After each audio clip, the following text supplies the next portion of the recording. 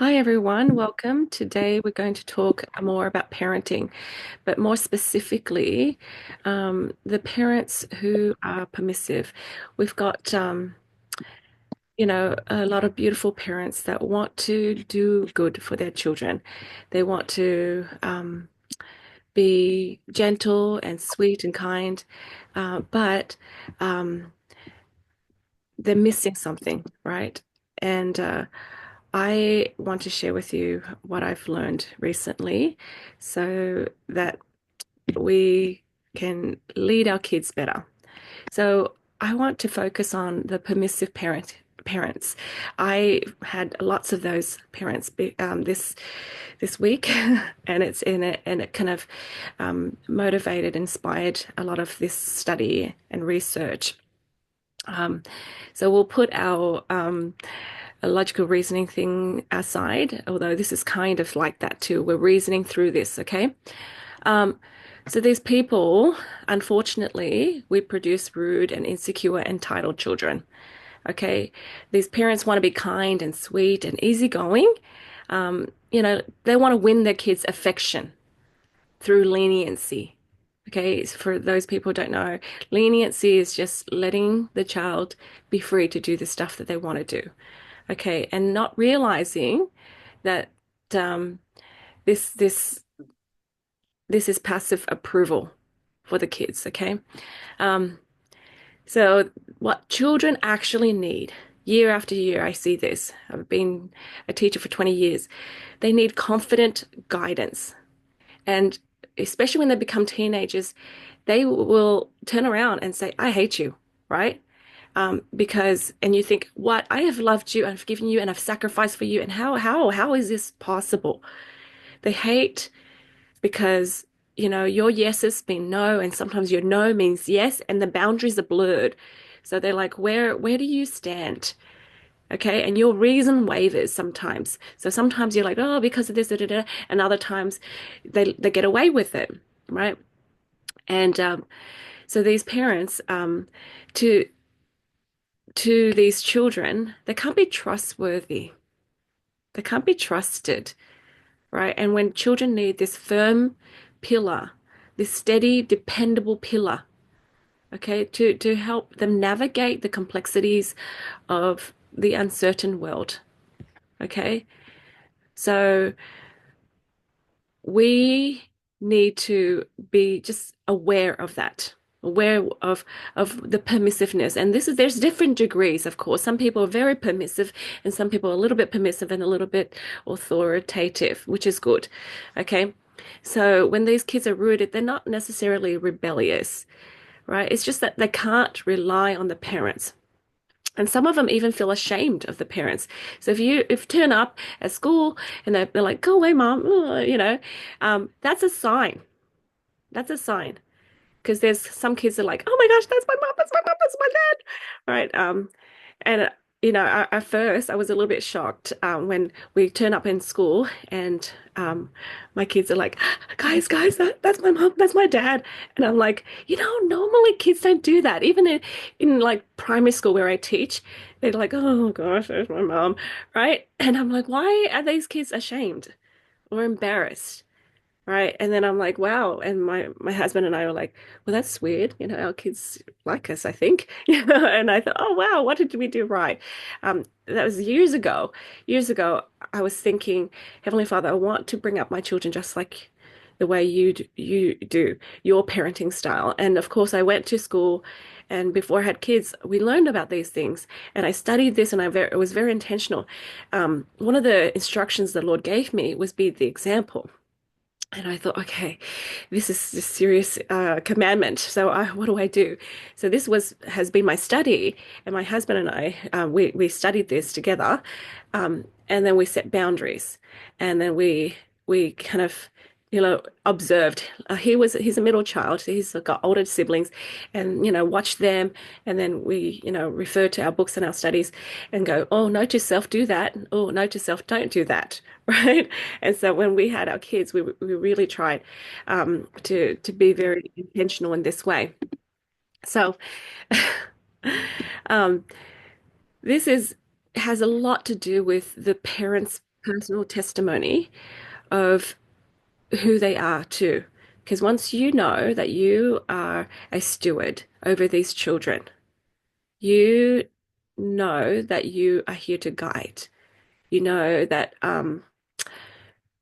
even if it's difficult, right, you have to do what is right, okay, by them, for them, right? So permissive parenting um, undermines the child's ability to learn choice and accountability. Okay, so this child doesn't know the consequences for choices. Okay, so it has eternal consequences, right? Because they think that everything is up for negotiation, everything, right? So there are things that are not negotiable. The Lord doesn't let you negotiate on his commandments. He doesn't let you negotiate on other things. But when they don't know that there's a connection, we we hinder their growth, and we stop them from building a trust in divine laws. So that means it makes it difficult for them to create a testimony, to build a testimony in Christ. Okay, so if they don't know choice and accountability, the connection between action and result, it hinders them from building a testimony in Jesus Christ because they lack trust in laws, in the divine laws. Does that make sense, guys? Can you see that? And we wonder why, oh, Yeah, cause and effect, Jane. Maybe yeah, they like don't have cause and faith. effect, Right. basically. Why Yeah. doesn't my child not have faith in God? Right? They don't see that cause and effect, like Rebecca says. Yeah. So even, you know, like, and it's the little things. One of my principals, she said something really profound. She says, sometimes it's not about the punishment, the severity of the punishment, it's about the consistency of the punishment. So, Mm. like you hurt somebody, hey guys, you need to go to reflection. We talk about why that was bad. We can't let them off the hook left and right. And sometimes punish, sometimes not punish, or sometimes we really, and I don't know why, taking the device away from the child for a week or 2 weeks or whatever is a punishment. Okay. It's not a punishment, right? Because this child, it's a privilege that you purchased this very expensive device. That device is yours. It's like the car. We have parents saying, Jade, oh, my daughter is so mad at me because I won't let her use the car. Da, da, da, da, da. Here, because, because she did this and it was just, a couple of days, I don't let her use the car. I'm like, hang on. You own the car. Every time she uses it, she should be grateful. She should be thankful, right? No, it's your car. You are the mum. I've told it's like tons of parents this over the years. You are the mum. You get to be the boss. Your child doesn't get to be the boss. And that crying and the being mad at mom, all that is called manipulation. But it's not about the child being happy. You are teaching the child choice and accountability because that creates testimony. That creates faith. That creates trust. Because if you're clear on that, then like they can cry, they can whine, they can whatever, tantrum. But it's not about the tantrum, it's not about them liking you. This is about them finally learning to trust. Like, trust me as your parent, right? Right now, this is bad. What you did was bad. Guilt tripping, it doesn't matter if they feel upset. Natural consequences happen. So, this is why I'm very against all of these antidepressants. Not that it doesn't have a place, but like sometimes we're so used to feeling comfortable that when we're doing something that is not in alignment, we're uncomfortable and we want to medicate and fix it right away because we want to feel comfortable again.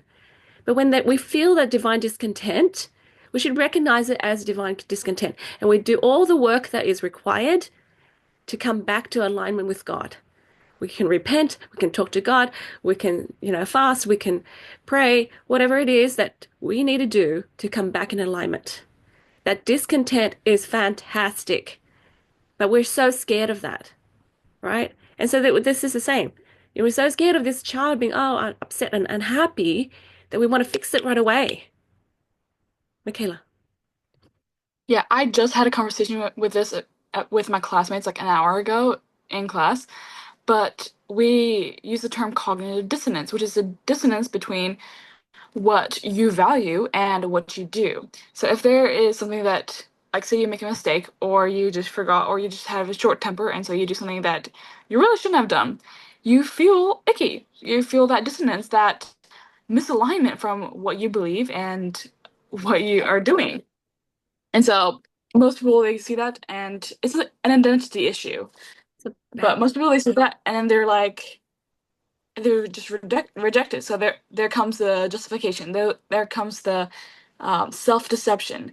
And they're like, oh no, I did well, this thing happened because this person didn't give me enough time, or because they were the one being rude, or I did this, they were the one who like did this and this and this. You are absolving yourself of the responsibility, but in the same instance, you are absolving yourself of the power to do anything about the situation.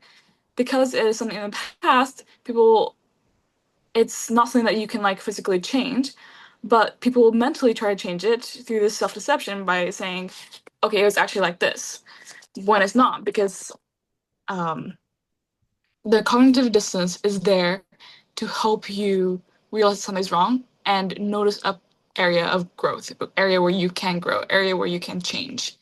And so it's okay to sit in that for a while. That is what is going to give you clarity. That is going to Hmm. the one to help you know where how to change. My whole class is about conflict and peace, and how conflict is not necessarily a bad thing. Sometimes it's through conflict that you are able to have so much stronger relationships. Sometimes it's through conflict that you are able to get past things that you wouldn't have otherwise if you're just like going with the flow or if you're just um, accommodating or whatever. So conflict is a powerful learning tool, and so is that dissonance. So Yeah, but this, yeah, yeah. Thank you, Michaela. So yeah, I think that's very true. We have to take responsibility for that divine discontent or that conflict or just dissonance that we feel. And it goes back to identity. What Michaela is saying with identity is having a clear identity. So sometimes we haven't identified what we really, really are, right? Where am I this baby, this friend to this child, or am I this parent who is a pillar? Am I, so you're going back and forth, and when you're uncertain, that child doesn't feel secure. Okay, and then they're angry and they blame you because you've taken everything on as your problem. And so you're inviting blame over the years, right? And so they have no right to blame if you are firm and saying, hey, this is how I lead. This is how I lead the family, right? That was all you. Take full responsibility. And if they can take full responsibility as a child, like this is, your responsibility to learn. This is your responsibility to take care of your room. As they get older, they can have a better ability to take full responsibility for their covenants. Okay.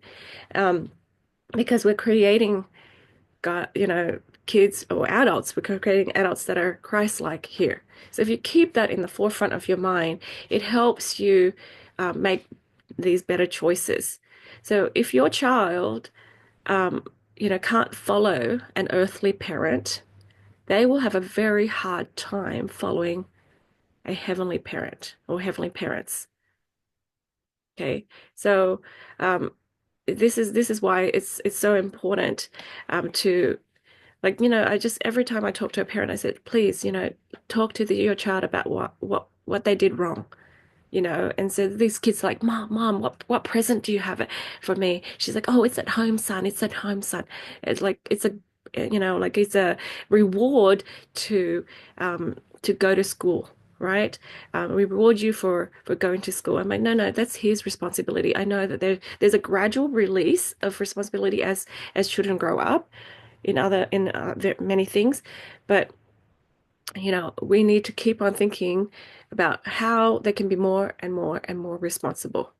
Okay, so um, our permissive parents, they weaken their child's understanding of agency and divine accountability. Okay, when they're not consistent. Okay, when they're not consistent in setting boundaries and being the loving authority in the home.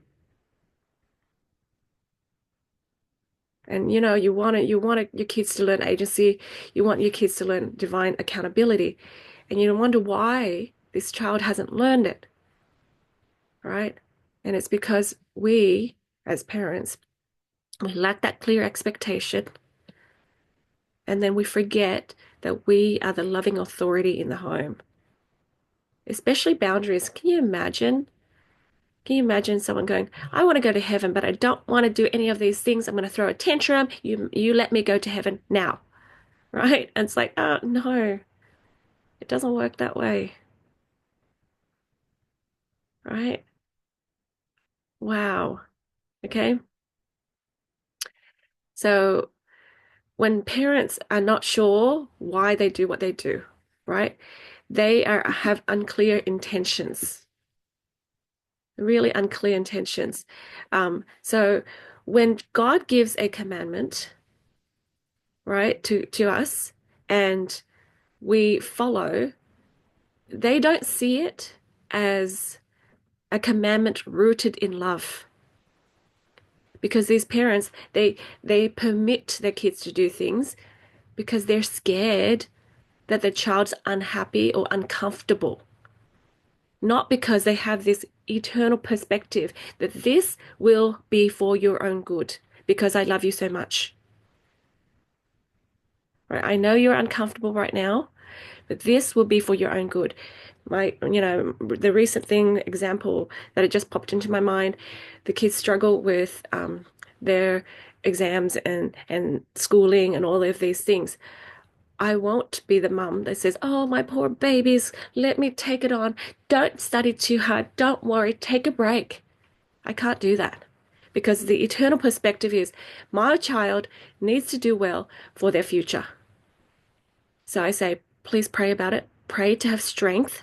You can do this. This is for your own good. This is learning curve. This is, this pain of progression. You can do this.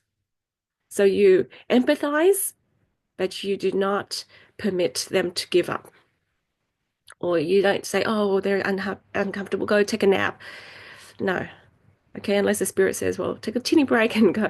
But really, you have to remember your eternal perspective of what your role is here as a parent. Okay? Because if they can't see that you have their back, they won't be able to trust that God has their back. And this goes with adults, like, people who have been, churchgoers for years and years. There's all these doubts in Heavenly Father, and I feel like it's rooted in the doubts of that they have with their parents. Of course, their parents are humans and they make mistakes. But if we can be consistently showing up and saying, this is for you, this is for you. So I could tell my students off. It's so funny. For years and years and years, and I wonder why this is, and now I know. And tell them off. Another teacher tells them off the same way. I tell them off the same way. But they're telling them off because they just want them to shut off and be quiet for the teacher's sake. But for me, I am telling them this for their sake. Same words, different energy. And these kids come up and give me hugs and say, you're the best teacher ever. And I'm like thinking, I just got mad at you, right?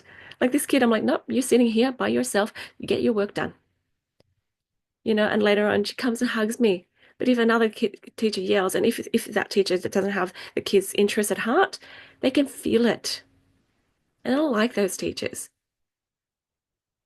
And I get all these hugs all the time. I'm like, I feel like I'm just this military soldier at her in the classroom, but they're still like happy, right? It's because I know that everything, all the instructions that I'm giving is for their sake, and they feel it. So if you know that just for yourself, just tell yourself, why am I telling my child this? Is it for me so I can be comfortable, so I can feel like a good mum? Or am I saying this because I know this is good for them? Sometimes parents do things because they're self-protecting, but they're deluding themselves and they're dressing things up as if it's kindness to the child. Yeah. Okay. We want our kids to be happy and comfortable. Of course we do. But more than that, can you be in alignment with the words, the desires? The desire is we want our children to grow, okay? Because comfortable doesn't get them to heaven, okay? You're, I found a word here that was really good. When you speak, be in agreement with the words that you speak, because the energy comes through. The real reason comes through. I love that. Be in agreement. Right. So the more secure you are in trusting God, in who you are and what your role is, it's easier to parent with authority. So when mums say, "Oh, I'm only happy when my children are happy," that is holding your child responsible for your happiness. It seems like it's well intentioned, but it's not good. It's tethering. It's like uh codependent, okay, emotionally, right? And we're not stable as parents because if the child's ever changing feelings go up and down, we go up and down too. We need to be that solid pillar. So if you're unhappy, that's okay. I'm still solid. I'm still happy because I know who I am. I know where to go. And so when that child goes up and down, and they see that you're constantly, you know, stable, it really helps them know how to become stable one day. One day. Like I'm up and down, but mom's always like this. So, you know what? I need to do whatever she's doing to stay firm.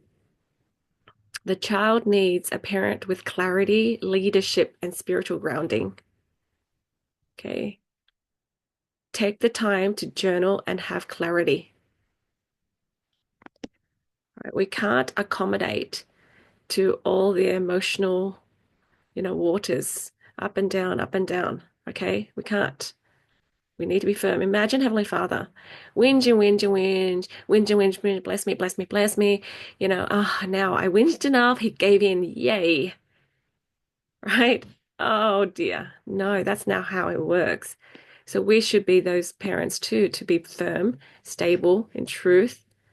And even if they throw tantrums and they're crying and I don't like you anymore, you're the worst. No. Okay. You don't understand me. You don't love me. All right. They say those things because they are not secure in you. All right. You're bewildered going, what? What? Okay. I'm wounded. How could they say those things to me? I have given my life to this child, right? But because we're not firm and stable, they don't have someone to depend on. And if there's no one to depend on when their parents are not like that, how will they depend on the Lord?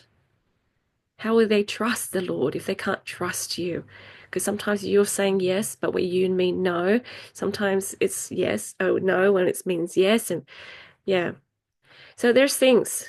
guys. There's things that are non-negotiable, okay? So you need to put your foot down for this, right? All the time. And they know that these things can't be breached, okay? So the things is like going to school. That's non-negotiable. I was shocked. Like, when I first started teaching 20 years ago, I've never had these kids before that go, I don't want to do that, or I don't want to come to school. I've never had that, and when parents make that negotiable, they think that it's negotiable. It's not. When our kids at home, attending church was not negotiable. We're not the authoritarian parents like, you have to go to church. There's very tactful ways you can do that. Good morning, everyone. Oh, it's Sunday. Guess what? We get to go to church today. Which dress do you want to wear? Okay, that's a great way to sell it. So, they're tired and they're like, but I want to do this. And then you have just told them that this is what we're doing. We didn't give them a choice. Do you want to or not want to? Is we're doing this, we're gonna do it happy, right? And as they grew older, it's just a thing they do. It's like brushing teeth.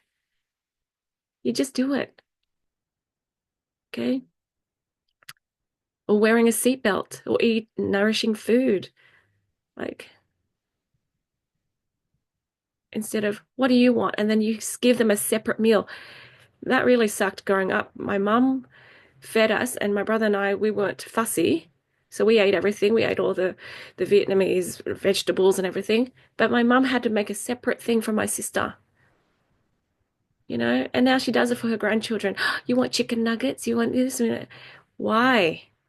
We're eating this soup. We're eating these vegetables. You eat it too.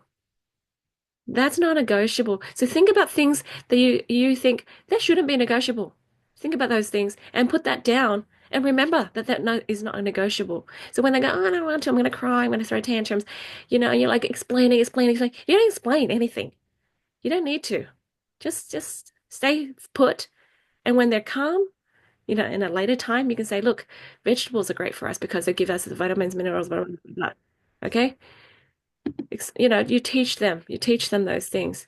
But that's not the time when they're trying to negotiate with you and you're trying to explain to them. You're engaging in negotiation, right? Not healthy.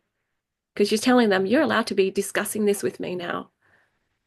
No, be hungry. If you don't want to eat the soup and the things that we're making today, be hungry. One of my nieces came over and I gave her this choice or this choice because we're having leftovers tonight. We have this soup or this rice dish. And she's like, do you have salmon? Do you have this? Do you have that? I'm like, woo, hello.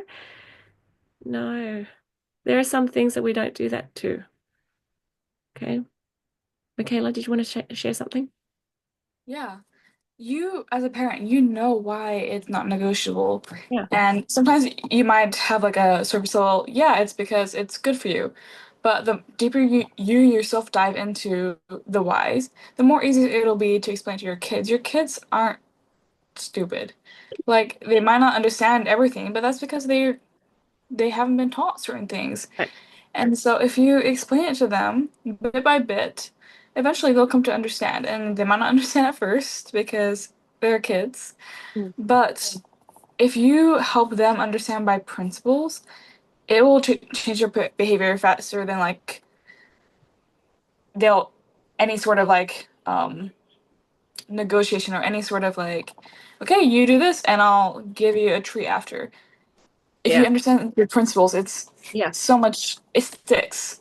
Yeah. And it's helps them see it and helps them be able to kind of self-police later on because they Right. get it. They Yep. get the underlying cause. They get the underlying reasons. So this is So it. This is it. You're absolutely right, Michaela. You got to just trust the parents. And then the trust just flows through. The trust flows through because sometimes if you're encountering a new situation, your parents says, let's just do this. You do it without, you know, without doubting. It's not, very blind obedience because your parents have a reason.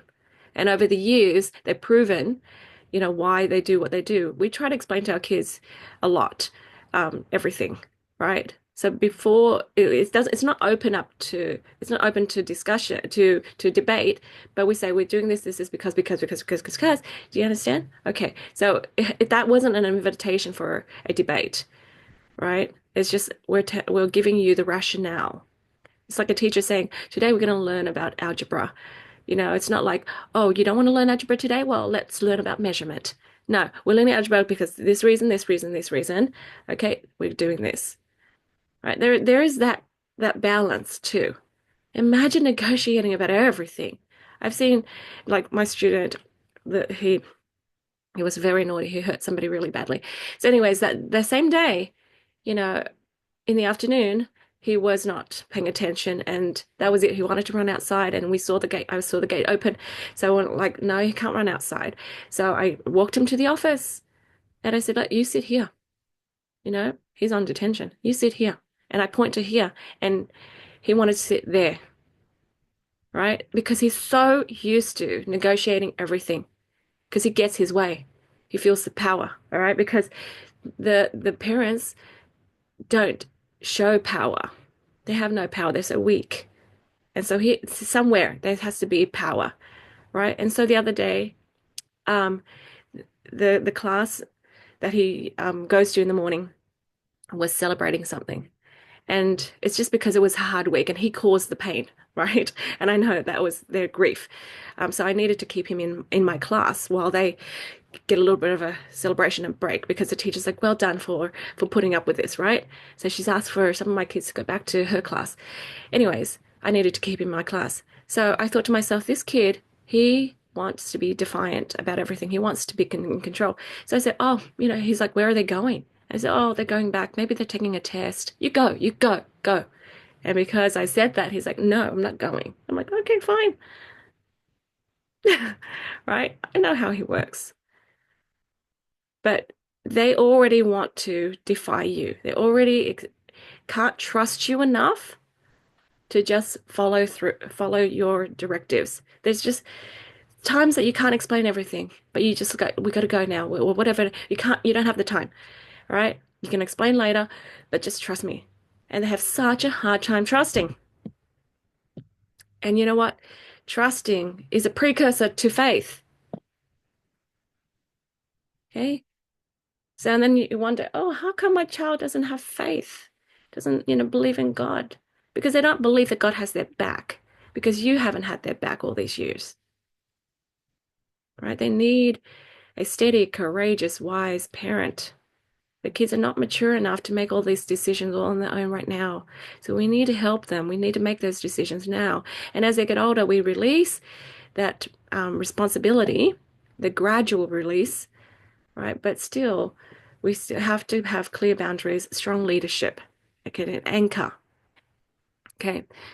So, the principle here is God or Jesus is the same yesterday, today, and forever. Right? God's not a partial God, right? He's not a changeable God from all eternity to all eternity. Okay, so we've got lots of scriptures, Hebrew 13:8, Moroni 8:18, in 2nd Nephi 27:23. For behold, I am God, I am a God of miracles, and I will show unto the world that I am the same yesterday, today, and forever. You want to be that parent. I'm firm. And like I said to my students, whenever I say, oh, I'm going to do this and then that, and they're like, oh, I don't want to do that. It looks boring. It sounds boring. And I said, look, unlike most people that you experience, I mean what I say and I say what I mean. So you can trust me, right? If we can do this, then we can have this experience there. But sometimes I don't even barter. So but then some of these kids, that's all they know is the bribery language, right? Unfortunately, we have to stoop down to that once in a while. So we want to mirror the character of God, right? We want to be unwavering. We want to be anchored. And if you're unsure about something, check in with the Lord first. Okay? Check in. And it doesn't have to be like this angry, firm angry, what is it? Pushing parent. There's an in between. There is like, I'm firm, I'm gentle, but I'm very firm right now. And that's all. Because sometimes I think these parents are worried about, oh, these ugly authoritarian parents, that "Whoa, do what I say otherwise." But we don't need to be either one of them. We're in between. The other thing too about permissive parenting is these children, because they don't trust parents, they resist correction, right? They avoid participation because they don't trust. So if you can't correct, then they're not able to repent. They don't know how to change and be humble. That's a big deal. You see, you're teaching so many principles, as an authoritative parent. Okay. So I have these students that, disrupt the class, get up when mid lesson and walk around, ignore the teacher. I'm like, wow, where did this come from? So one of the things that my husband and I put down as something that we are not negotiable about is that our children are civil and polite. So we actually role play. So when someone comes to the door and mum and dad's talking to them, right, if you're around, if you're in the living room or whatever, you can come up and say hello. Put your iPad down, put your phone down, or whatever it is that you're doing. You say hello. And if they don't know you and you're if this first encounter, you introduce yourself. Hi, my name is Michaela. Yeah, that's what we do. We role play.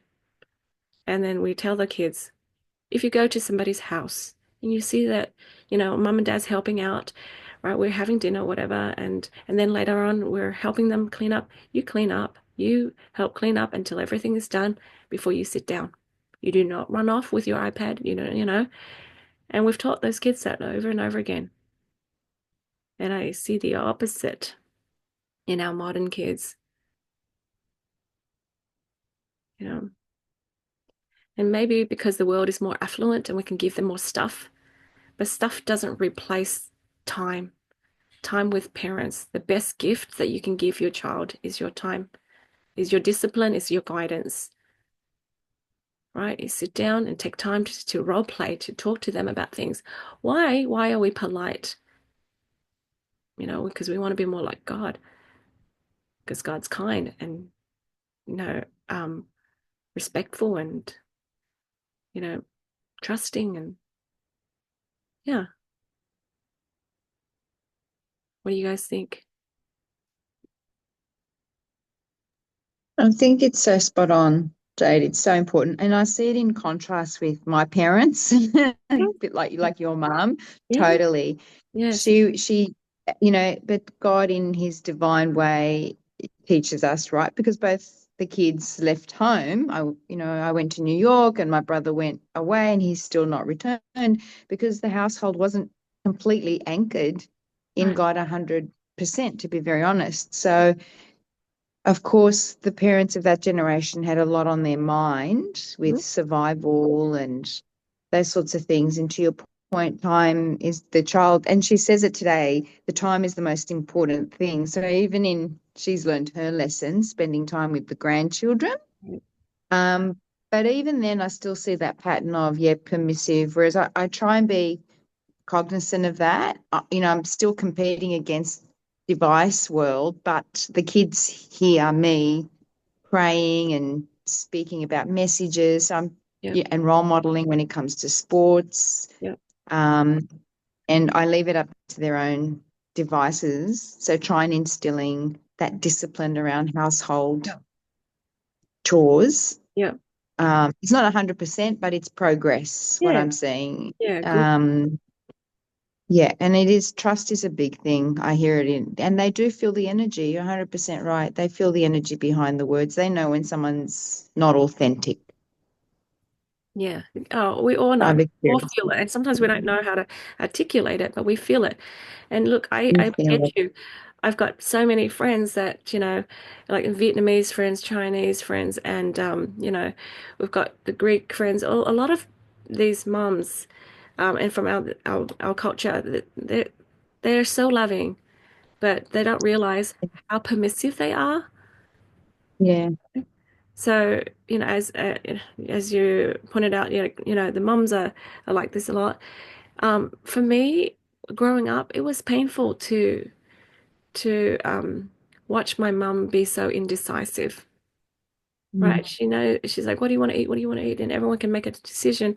There's times that she's decisive, but when it comes to like faith, when it comes to God, I cannot go to her. I cannot go to her Yeah. to That's even not, anything that's less than surface level. You know, yes. any depth of soul, any wondering, I can't go Yeah. because I can't trust that she has the wisdom for me. She's not the pillar for me. And I felt depressed and I felt that divine discontent. All looking back, I'm not blaming her, but I'm Yeah. grateful that she was like that actually, because it drove me to find God and drove me to connect so, deeply with God, because I had a whole bunch of, questions and just things that I need to understand. And I cannot go to her. And that's the thing. Sometimes we have a human that we could, but luckily I had my dad. And I could go to him and talk to him about stuff. And he was very honest. When he doesn't know, he doesn't know. He tells me he doesn't know. And then that's when I feel Yeah. like I'm alone in this, right? But Yes. it's just so, I was embarrassed. Don't come to school. Yes. Don't wave to me, kind of thing. Oh, that's not my mom, right? Because somehow I was ashamed that this person is not this solid pillar that I needed. Right. And now I understand all the culture behind all of that and many generations of that's how you do things. And I'm like, no, I'm never going to parent like that. Yeah. So, yeah, I Yeah. told myself, it was called way back then, I called it professional parent in my head. That's what I called it. Wow. Yeah. Because I read a story about a lady who was in corporate and she was up there, she was important, she had people to command and all these things, and she was, productive. And then she became a mom and she's like, I don't know what I'm doing here. And how did this child unravel all that became, right? And then she's like, wait, if I can, do it as a profession, like then I need to study and I need to, do all these things. And I'm like, oh, bingo. And I was young. I was about 16 when I read that. And I thought, I would like to do that one day. Yeah. And then it kind of built and built and Mhm. built there. But yeah. Oh, so we as parents need to help them in lots of things, especially nowadays because of the devices. Sometimes Yes. do a fast, a week fast, a month fast, because these children haven't learned to read cues, like facial Yes. cues, right? And sometimes Correct. oh, it's just the autism. No, we can't have everyone be It's autistic. not. So Yeah. even like at home, we role play. When they look sad, what does sad look like? Where are their eyes? What's happening to their mouth? What's happening to their eyebrows? Just Mhm. stuff like that. And so they can say, oh, and when they're sad, what do we do? Right? And look, as teachers, we're supposed to be teaching them stuff. We're not supposed to be taking over the parents' job and teaching these kids how to read humans' faces. We're not supposed to be teaching them how to, take care of their lunchbox and their jumpers and things. That should have been done at home, Yeah. right? And oh, they're True. just kids. No, no, they're very, very smart. They are teachable, right? Yeah. And so everything that they ask for is what do I get out of this? Because you've taught them that. You taught them that they're the center of the universe, right? And so if they're going to do Mhm. something, if they're going to learn math, what am I going to get out of it? And I tell them, I said, this is why we're learning, so that your brain can grow and you can learn about these things that are important for your future, right? So what now what? But still they want to get something tangible out of it. Like, do I get a prize, miss? Do I get a prize? Do I, get a point or whatever? Yeah. I'm like, holy moly, these parents have trained these kids to, get a reward for something that is good for them, just the intrinsic motivation. Yeah. I don't understand. Like, do I get a treat? Do I get a prize? Do I get a reward of some sort for taking care of myself? Is it the natural consequence is sufficient reward? Isn't it? Anybody want to add to this? Yeah. I think it's I'm just thinking about some of the parents, obviously the behaviors are reflected in the children, and the parents may act or teach them this way because they have their own insecurities, right? Like they don't know. They've never been taught, just like they've never been taught how to pray, how to have divine connection. If they haven't been taught the basics, how are they going to be taught the rest of the process of life? Mm, If you're not taught to contemplate and really connect first thing in the morning to get your instructions, how do you then instruct the kids? So really, you've got children raising children. right. If they haven't done the childhood work, that's the honest opinion. They're completely Oh, lost, I this is feel. happening all the time. Children Yeah, raising children. yeah. It's a The way I tragedy. see It's huge. it's massive because I see, like, even in my sessions, I teach, like, I'll say, you're just a child in an adult's body. It's classic. Look at, boys who physically change ahead of their emotional levels, Yeah. and they're trying to catch up. So they're still catching up. That's not been connected yet. So I see it that way. Yes. And I feel like sometimes the children teach the parents. The children are wiser than the parents, to be very honest, because their head space, they've got more room to be aware and see and process. But the parents now they're consuming so much information on the devices. And then there's the stress of work. And then there's these other distractions that the time for the kids is so narrow. They're not prioritizing their real estate in their mind, I feel. No, And what that's I'm real seeing, estate at all. Yeah. Yeah. crazy. Well, Like, I just a feel lot like of it's, children, Yeah. a lot of yeah, children are being raised by their childcare centres. Like Yes.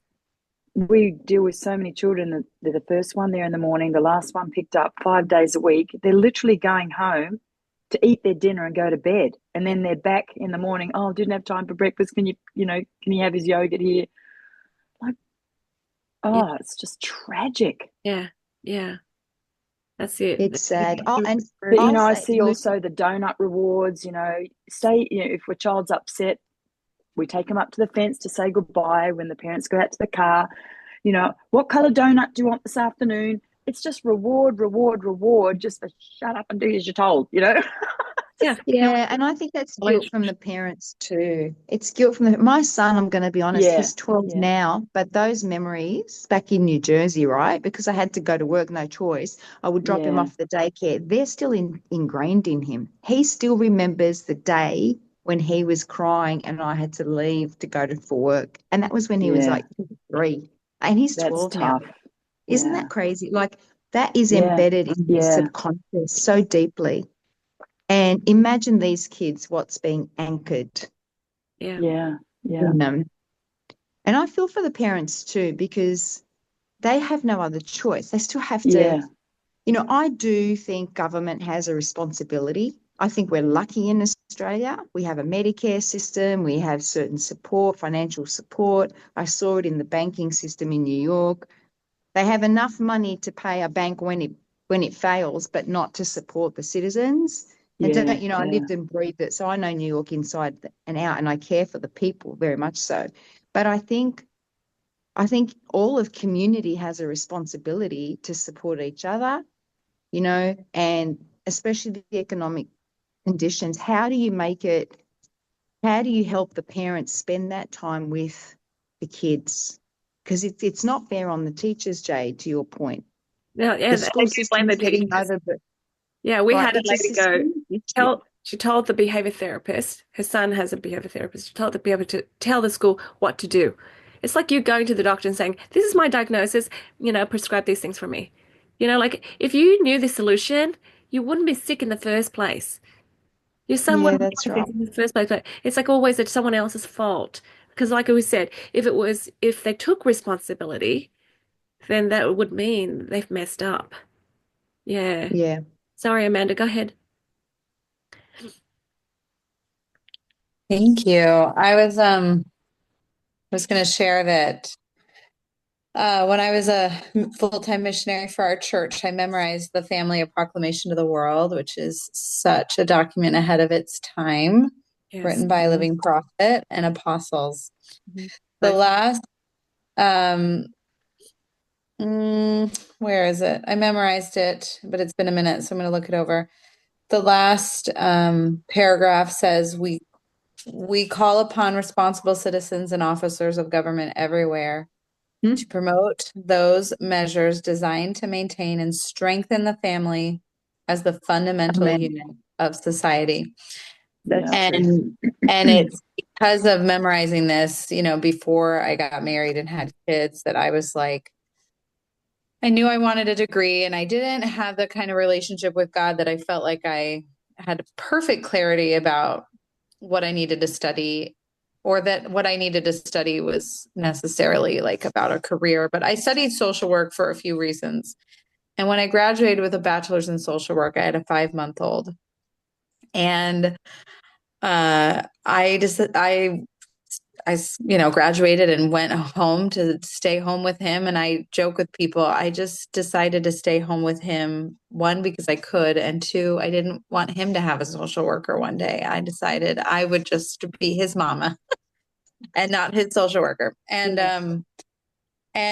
But everything I've done since then, like teaching childbirth education and teaching about essential oils and energy balancing with faith, I feel has been inspired by that paragraph. Yeah. That I felt called upon to be a responsible citizen to promote the measures to strengthen the family as a fundamental unit of society. And I read an amazing book when I first knew I was going to be a mom, that taught these principles. Like teaching this to the next generation of moms is absolutely critical to our society. When I read the book, it's on Becoming Baby Wise, if you're familiar, the principles that it taught me in there about, like you said, authoritarian. Even with a newborn baby, you can draw clear boundaries. Even with a newborn baby, you can teach principles of trust and consistency. And I feel like that book taught me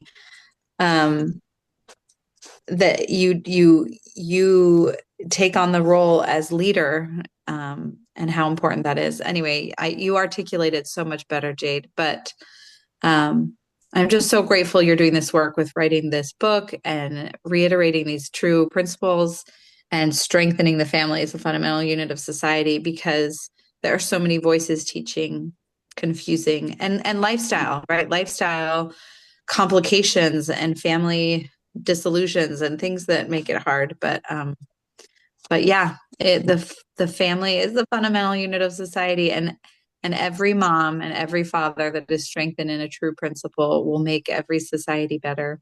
So, Yeah, amen. Thank you so much, Amanda. That's a beautiful share. Exactly. That's what we're trying to do. When the parents can't do that or won't do that, we need that social worker to get that and then send that message out. We need that teacher to do that, the childcare leader to do that.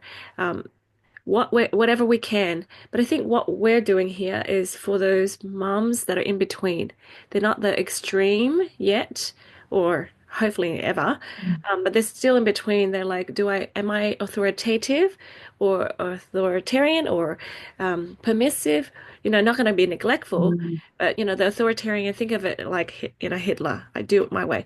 Authoritative is you're the authority with kindness, with firmness, but understanding and mercy, right? So when people say, I want to have a baby, you know, I I think to myself, we need to know that we're having a future adult.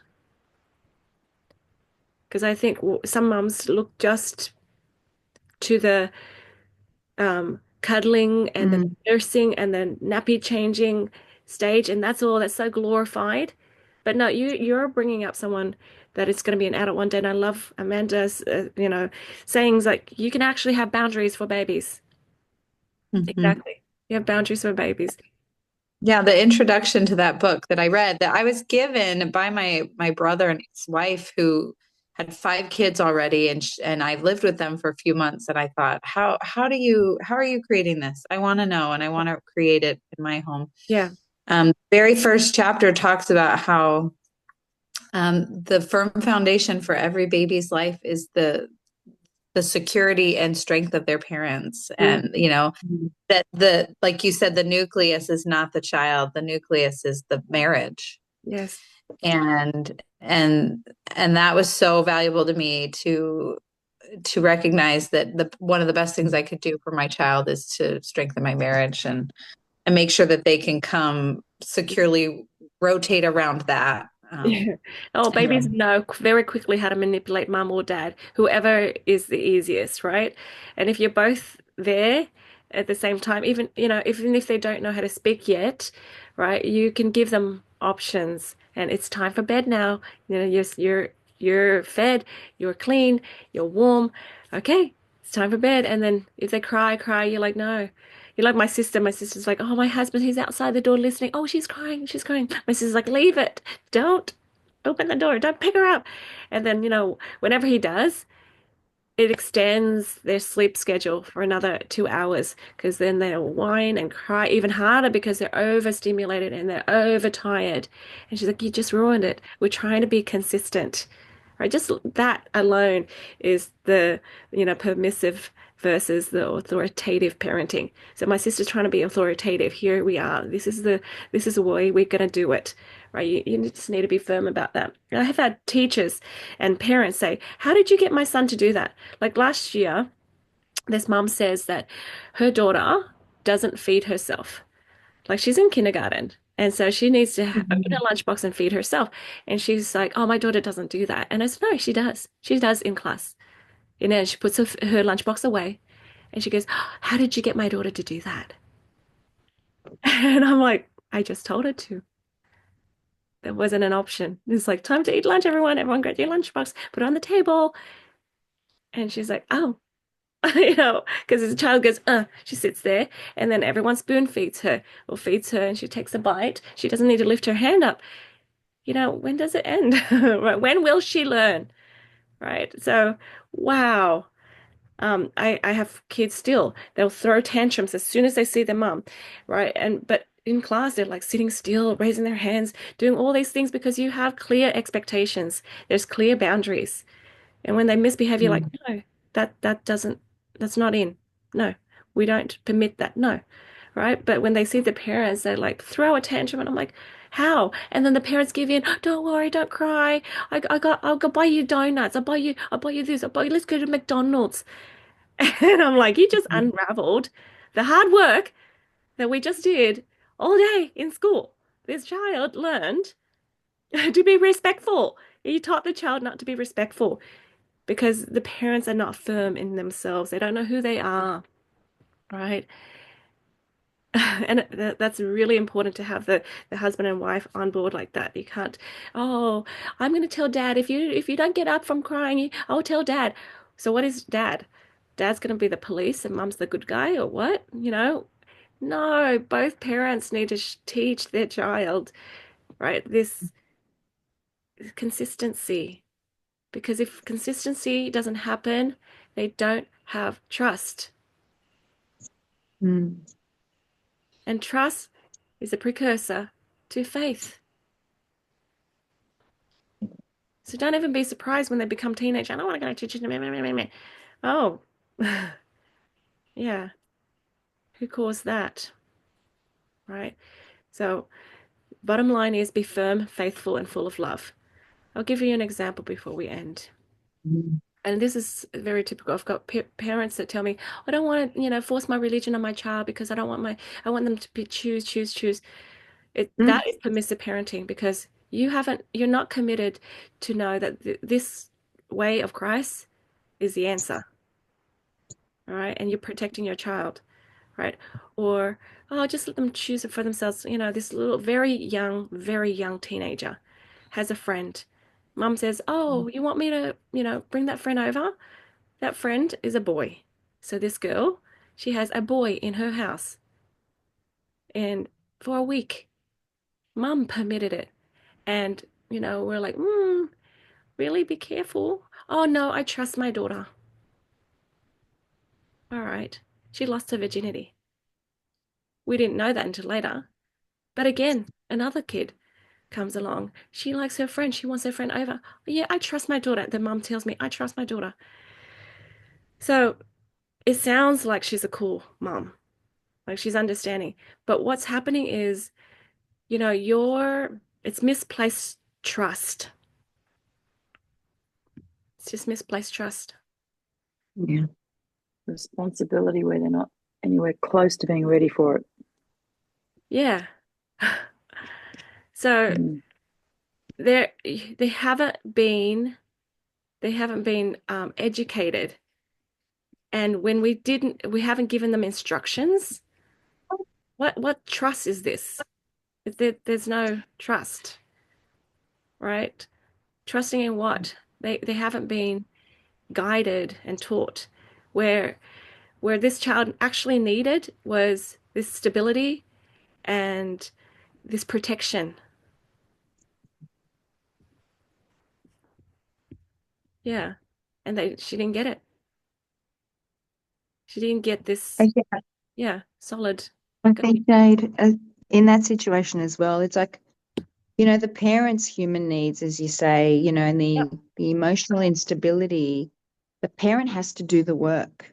The Yes. child comes in and reflects the gaps in the parent's life, right? Their emotional instability. Yep. That is the honest truth. And I think it's a holistic thing, right? Like Yep. you're going to give the parents the knowledge, but I do feel like it's every single person living and breathing in community has a responsibility to look after each other. I really do. Right. Because we have separate gifts. Everybody has different gifts. And then when we all come together, we're sharing, whether that's kindness or generosity or whatever those gifts look like. It all works as one. It can't work separately. So Yeah. if a parent sees another parent struggling, if they're seeing it, they also have the solution to helping that person. Yep. It's a divine spiritual sight. Yep. So I think it's a lot sometimes when parents go, the light shines and then they're like, oh my God, I failed as a parent. Oh, right. Thank you, Amanda. I had no Exactly, idea. Amanda. Yeah. See, I'm just like receiving these messages and communicating. But, the parents can also be very hard on themselves, Jade. If they're not aware and haven't done the work and they realize, oh my God, these are my faults and my gifts. If they come to that point of realization, it, if they don't have enough scaffolding around them by way of people and community support, they could fall harshly. That's what I worry about sometimes, particularly with men. They don't speak, right? And men feel like they're a failure as a father figure, and they take that really to heart. And that's when they get suicidal. Yep. Yeah. Lack of financial, as being a provider. The issue is so big and deep. It's really crazy sometimes that I don't know how we unpack that or get Yeah. that Let me share with you. message out there. I love Yeah. that you brought that up because I was going to bring this here to this conclusion here. So why are we having these calls, right? It's like, you know, we need to um, be clear on our parenting. Okay, if we're permissive in some ways, we need to adjust that. But more than that, I want us to start a culture, and I hope that will ripple out. I start a culture where we can help other people, like you're saying. We have other people come up to me. People say, "Oh, can you do a session on my daughter? Can you do a session?" I just last week, I have a friend in Perth, right? Please do a session on my daughter. But the problem isn't the daughter. The main problem is the parenting. Oh, she does it and I bought her a new house. And then she doesn't talk to me. She doesn't want to go to church anymore. But everything, the parents trying to just make this child happy. But they don't know Mm. what this child actually really needs. And that child needs this strength, right? This pillar. So if we could get that clear in our minds, we could share that message with everyone. And when people like young mums, they look around and they see a good example, you know, then Mm. they can adjust. So hopefully we become that good example for a new culture to be created in the world. I'm sure that those, parents that are really extreme, permissive, they're not going to be watching any of these things. All right. Yeah. At least we have, this group and this new culture. So there's more examples out there available for people to emulate, hopefully. Right. And then for people who don't know, who are not sure which way to go, we can clarify and help them out. Yeah. I have a few really juicy things this week that I put down in my book here. I wanted to share with you. Um, uh, so, oh, okay. The things we're doing here is to undo negative culture. Yes, right. Yeah. This podcast that I watched, this these people were calling it the culture of captivity. Interesting. Yeah. So you're Interesting. teaching your children captivity, you're teaching them to have limitations, right? And I thought that's Yeah. brilliant. And the limitation is if they give an example. So like, the baby elephant and the steak example. Have you heard of that analogy before? No. Circus elephants, they get them when they're babies, right? So they tie the elephant to a stake in the ground. And so the elephant pulls, and he can't leave that perimeter, right? And so as the elephant grows and fully grown, the stake can be itty bitty and the Mm. rope can be very, very small. But because he learned to be limited, he won't move Mm. further than how far that rope goes. So that's what we do. We as Mm. mums, as people, as humans, we limit ourselves because we're taught to, Yeah. right? I just want my child to Yeah. be happy. I'm happy when my child's happy. All of that is rubbish, right? We need to delete that from culture. And another thing that this podcast taught me here, this is a really cool saying. Your insecurities, hard on yourself, like you said, sometimes we mess up. Okay, we mess up. All right, we've been permissive. Okay, all that, right? We give it to God. We give it to Jesus, and then they say it is already crucified with Christ. Isn't that Mm. cool? He Yes. he was crucified for all of our mistakes and all of our weaknesses. And they said, you just have to remember, it was crucified with Christ. So go give it to Yeah. him and then start over again. Okay. And then, reset. These children, they're not, beyond repair. We can reset here on out. So beautiful. So I'm going to summarize before I end here. Social and emotional consequence of permissive parenting. These kids will struggle emotionally with emotional regulation. They cannot, they let their emotions run wild and take over, right? Yeah. We need to have control over that. We need to use the emotions to be a guide for us to seek the guidance of the Spirit and then help us change our reasoning and our beliefs, right? So that we can align ourselves with God again. But if these children are so used to throwing tantrums and letting their emotions like control them, right? They are not able to um, use it as a tool, emotions as a tool, okay, to help them have self-control, have agency. They expect to get their way. They pray and if Heavenly Father doesn't bless them with what they want, right? That gold, at the end of the pot of gold or whatever, at the end of the rainbow, they're going to say, no, I'm not going to have faith now. It's just kind of like the same way they treat their parents. No, I'm not going to listen to you if you don't give me this, right? They feel entitled. They need that special treatment. And if they don't get that special treatment, right? No, right? They can't have difficulty coping with disappointment. That means if they make a Mm. mistake, right, they're going to fall apart. They're not going to be resilient. So all of these reasons. So on the surface, all these parents want to know and want to do is, can I just be sweet and kind and loving so that my child's happy? You think that That's it. And that's all you're focusing. You think it's great and noble. But when you realize that that leads to these things, these results, we need to rethink it. So I don't need my child to tell me that I'm a good parent or to approve of me as a good parent.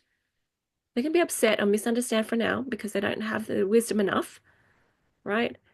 But I really want to teach my children resilience. I really want them to know that they can manage their emotions. I really want them to know that they can expect blessings from the Lord and trust the Lord, right?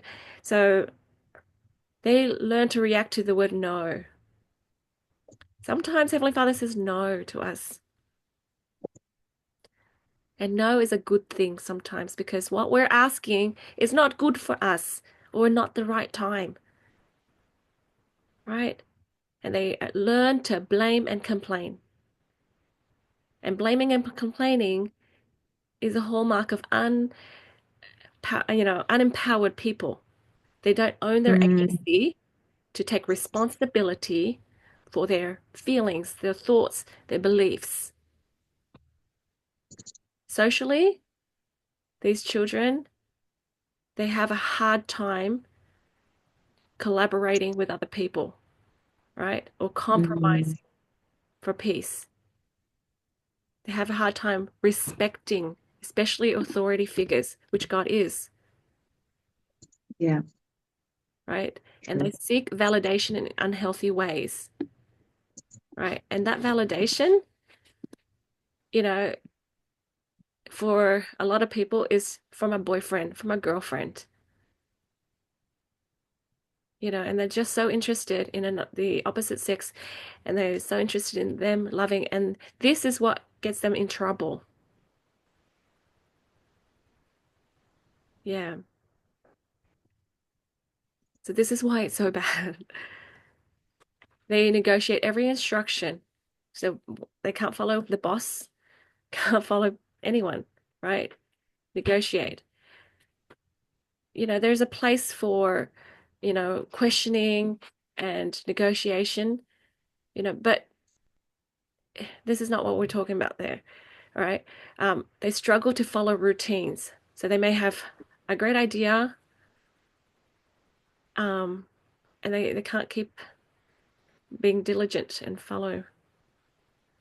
And routine actually gives us stability.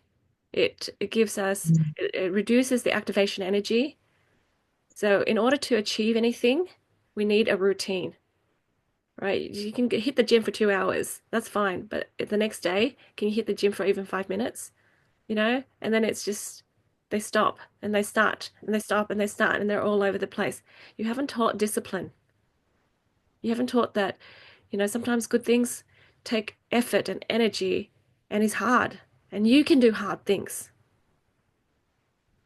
They're resistant to correction. What does that mean?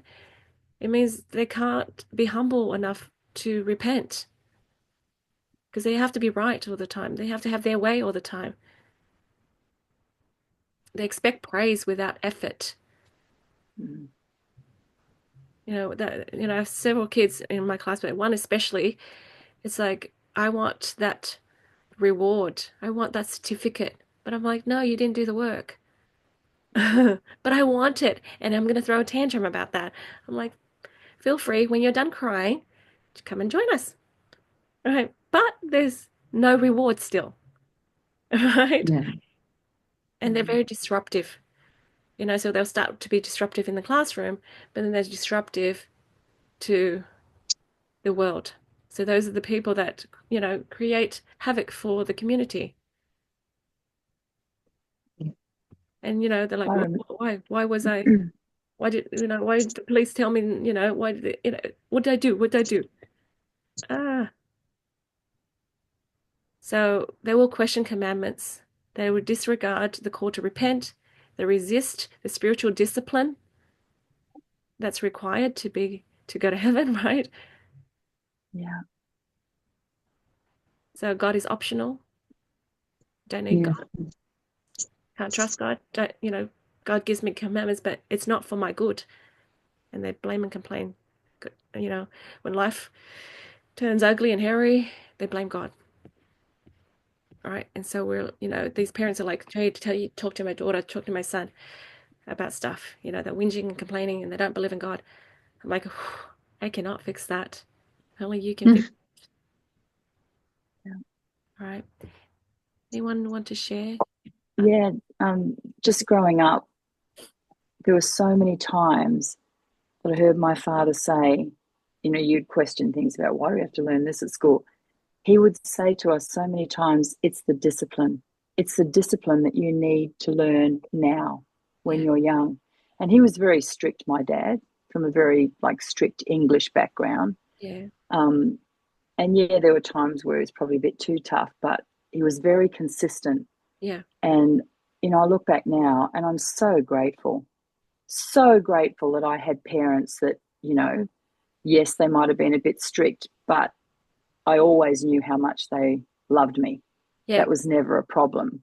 Yeah. And gosh, with a house full of 9 kids, you have to have some discipline. Otherwise, it's total chaos. Love that, Lucy, because, sometimes we have these parents who are afraid of being strict because Oh, I if see it they daily. And I off, think about you. I think about you because I know where they're going next. They're going to kindergarten and school. And I think right? those poor teachers, Yeah. we have a perfect example of what you're talking about today with a child. Oh, he's getting the support for this. He's going to sound therapy. And at the end of the day, this kid just needs discipline and boundaries. There are 2 educators, myself and another one. When we're let and allowed to discipline these children the way we see fit, this child will be obedient to both of us and Yeah. respond. They've demonstrated But, that you can do that. this child is allowed Yes. to turn every table upside down in the room. This is a 4-year-old going on 5. Yeah. And clear shelves, tip over craft tables, just let him get it out of his system. I'm like, you've got to be kidding. And the directors are facilitating this rubbish. And when he's not happy, he will just walk himself out of the room and go down to the directors. And what do? They give him cars to play with. All of this behavior is so facilitated. And it starts with drop off in the morning. Oh, he's upset. I'm going to take him to the office. I'm not the room leader. I run the outdoor program, so I don't greet them. But when I was a room leader, no child did that. It was, I'm qualified to do this job. Please leave me with your child. I will call you if I can't settle him or her. Yes. And I never had a problem because there were activities ready. I knew what those kids' interests were. Yep. A major problem child was into construction. So we had a massive crane in the room, just hand built with the kids, and dad's brought in hooks and stuff. I had that child in the palm of my hand because you find out what they love, what they're passionate about, and you can do anything with these children and you can discipline them and they will respond. Yes. But these permissive parents, it's just killing us. Like, Right, we're exactly. just like, what? Yeah. And then they're not he's going to be a awakened. nightmare next year at school. I feel sorry for his teacher. He Yeah. doesn't even have to sit in group time. No, leave him. And at rest time, everybody else has to lie on a mat with no toys, no books. He gets to play in the Lego corner. We just leave him because otherwise he could get upset and chuck a tantrum, or, his behavior, this helps to calm him down. I'm like, you've got to be kidding. And now we have another child who's a bit of a troublemaker. They're all saying, why is he allowed to play with the Lego and I'm not? Like, how do you teach children when one gets this special treatment in the room? And we're instructed that that's what we have to do. If I was the room leader, I'd be in that office every week saying, nah, I'm sorry. Yeah. No, It's my true. way. Or True. When these kids go to the ridiculous. principal's office, they get to sit in the corner, they're going to fiddle and play with things, and they walk out, it's walk in, and the teacher and the principal says, "Oh, I'll come back." She's it is beautiful. so I love it, bad. but it's because Yeah. legally they can't do anything. Yeah. Because it has to start in the home. Same, that's my student. I had him last year, and I have him again this year. OT, PT, speech, and now behavior therapist. All of these therapies, and I'm like, you just need a parent, right? That's Because exactly there's right. days With some boundaries, with some boundaries. discipline. There's some Oh, days that I'm like, today we're going to have a party for this person in our class. Only the kids that behave well, show that they are respectful, can go to this party. If not, we need to send you yeah, to another class while we enjoy our party. He sat still. He followed the rules. He lined up of course. the whole day. the whole Yeah. day, right? So he's quite capable, but he doesn't have to. Mm. If mum is always giving him prizes and gifts and all those things, it's just wow, why do you spend so much money on all of these things, OT, PT, speech and behavior therapists and stuff? They're outsourcing their responsibility Yeah. as a parent. Yeah, You are the exactly OT, you are that the is PT. exactly what they're doing. They're Yeah, outsourcing their yeah, own you are the PT, you are responsibilities. the behavior therapist. But because they Yeah. just can't be bothered.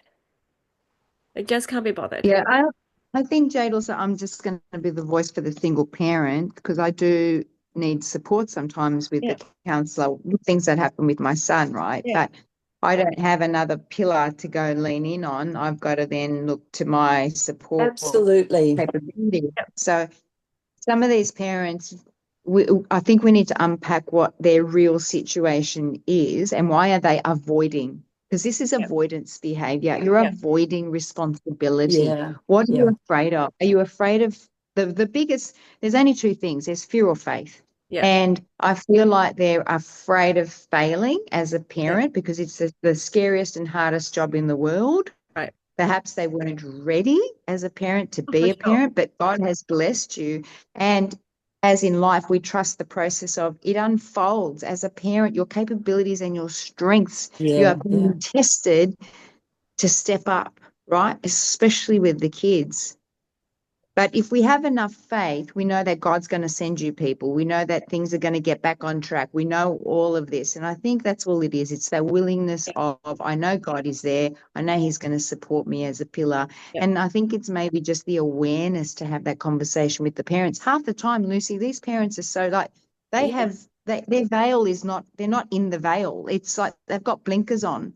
yeah. They don't Yeah. know. I They're not get you. And aware. there's two of them. I'll just clarify that. There's a mum and a Yeah. dad. No, that's They're it. That's both what in Yeah. I'm the saying. I same There you get you. go. umbrella. I Like, get the single parents. I get the situation.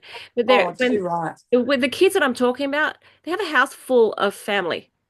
Yeah. They have yeah. mum and dad, brothers, sisters. They're all older, right? I get Yeah. the situation. It didn't come from nowhere, of course. It didn't come from No. nowhere. Yeah. But we just need to be aware. Like, they have teenage brothers and sisters, 20-year-old brothers and sisters, right? They have parents, both parents. Mum doesn't work. That's the thing. Yeah. Yeah. Yeah. And several of these kids, That's that's exactly their mm, situation at home, right? It's just that, they just don't take the effort, the time. We're mm, not upset with parents who are single. And I have beautiful single parents who seek out for the support network. Yeah. My friend, one of my students, she has her mum and then her sister helping with her son, and he behaves well. You know, yeah. no Yeah. excuse. Yeah. These Yeah. single parents can do it, and you need that support, and they figured it out. But it's just going to take a little effort, just a little effort, to sit there and be conscious. What does this child need? Can everybody be on board, right? But instead, it's just Mm, like, you know, you're a kid, you're bothersome, right? I don't want you. mm, Go with someone else to fix the problem. And just like yeah. Amanda, the family is the unit of society. The unit. Yeah, Yeah. Yeah. just I that's what we're saying. wonder. Make some effort. You don't have to go to your salon. You don't have to go to your hair, whatever Yeah. appointment. Just gonna give this child, and they don't need that much time, all right, Yeah. to That's be right. instructed. But once they get that, I just give them. Like this kid, he doesn't know how to write. He's in year two, right? He doesn't know how to read, Mm, right? And I'm sitting so, there. I have a student teacher in my class. Um, I was able to, for the last month since I had the student teacher, she's taking over the class and I'm teaching him, and he's learned so much within the last few weeks. And I'm like, this could have been yeah. done at home. 10 Yeah. minutes, 10 minutes, give him an A and sit there with him. Don't walk away, sit there with him. Help him write A, help him write B. So simple. But it's Yeah. just that lack, and so that's what's causing it, because there's Yeah. there's time. You can carve out that time, right? So that's what I mean. So yeah. Mm, Anyways, we're just trying to do what we can. We're trying to help yes. be aware and Mm, help us, and then give lots of examples of good parents out there so that these people can see, oh, they're different. I want to follow these people because their children are behaving mm, well and growing and thriving. So yeah. anyway, I'll Yeah. end the I recording. wonder. It's all right. Go Oh, ahead. sorry. There was one question I have. Do you see a difference between, so my children were both IVF, right? But, significant journey there. And I feel like sometimes there's a difference between people who were, could conceive children quite quickly, easily, naturally, versus the parents who really went through that journey, of 1,000 miles to get miracle babies when they were told you can't have a child, okay, with prayer and that. I wonder if there's a difference in the For sure. upbringing and how, For what I sure. mean? I've had parents like, we had a hard time having our kids. It took a while Yeah. to get pregnant. Um, and we've had this discussion in the staff room actually. The teachers are like, there's some, they're like there's grammar teachers, right? And the grammar teachers are saying, oh, my daughter, she's trying to have a baby, she's trying to have a baby, and we're like, oh, can we just have one, And so, they're like so excited to teach them everything, be there for them, and and yet there's people popping up these babies and they're like, oh, where'd you come from? Oh my gosh, you're such, a burden. Go, go, go. And then this child becomes a menace to society. And you're like, take the Yeah, time to love on this child. That's all, please. Right now, yeah, you have them accept it. That mother yeah. came to me and she's like, oh, he was a mistake. And, I finished having kids and then he just came along. And I'm like, he's here. He's here. You have to accept him. Right? Be with him. Yeah, Yes. Be a parent. Continue to be a parent. Don't stop. yeah, And that's what it is. I've had several parents tell me that, oh, it's just like you're so lucky you can pop out babies. Yeah, it's just it's not the difficulty, it's just the intention. So you can have that. You can have parents who like, I have prayed and fasted and worked so hard to get you, or waited so long for you, right? And then there are Mm. parents like, yeah. And of course that starts a huge tone for their life. Yeah. Yeah. Yeah. It's really interesting. So I think this is important to set the foundation, especially your book, for where we're going and what's coming for Yeah. this world. Really, their yeah, headspace is just going to be more and more consumed if they don't have their faculties. Yeah. As parents, it's just going to get yeah. harder. And I see it in the corporate world. Lucy talks about they go from daycare, then they come to you, Jade, and then they come to me in corporate. And then we've got a whole other issue because they lack the EQ. There's no EQ, Yeah, guys. There's no EQ. They're too busy on these devices. They don't. I see the disconnect. There's no EQ, no boundary setting, and then they're overworked, tired, and overwhelmed in the corporate world, and then they have major health issues that we need to deal with, well-being, and then we have workers' comp claims coming at you left and right, and people treat each other yeah. badly. This is all like, it's crazy. Yeah, it all stems from You're the right. root. Yeah, my daughter at the Apple store is dealing with two girls that are just creating a nightmare in this store, in the culture. They're nasty, they're backbiting, they're, might be good at their jobs, but socially, interactions, they are making people leave because of these kind of Yes, people. And it's that's right, tragic that Lucy. they get away with it. And you can't get rid of them just like that. It is so hard to sift these kind of people out of the workforce, out of. Yeah, there are lots of teachers leaving because we have these crazy kids coming now, and they're like, no, we don't want to deal with other I'm people. not surprised, Jade. You see it at such a young age Yeah. that, oh my gosh, But we can see where if it we're to goes. follow this particular boy, I'm nervous. Yeah, I'm you nervous. you can follow this child up into adulthood, and you can see where they're Yeah, going. yeah. Yeah, so it's Yeah, terrible. and that's hard to. What do you do with learning programs in corporate? You're going to learn them. You're going to teach them EQ. What learning program out there in corporate's going to No, undo all of that? but it's the Yeah, I parents. The know. parents it's the hole that the parents left, and so no one can Yes. replace Yeah, that. Yeah, yeah. I'll stop the recording and we Mm. can continue this Yes. conversation.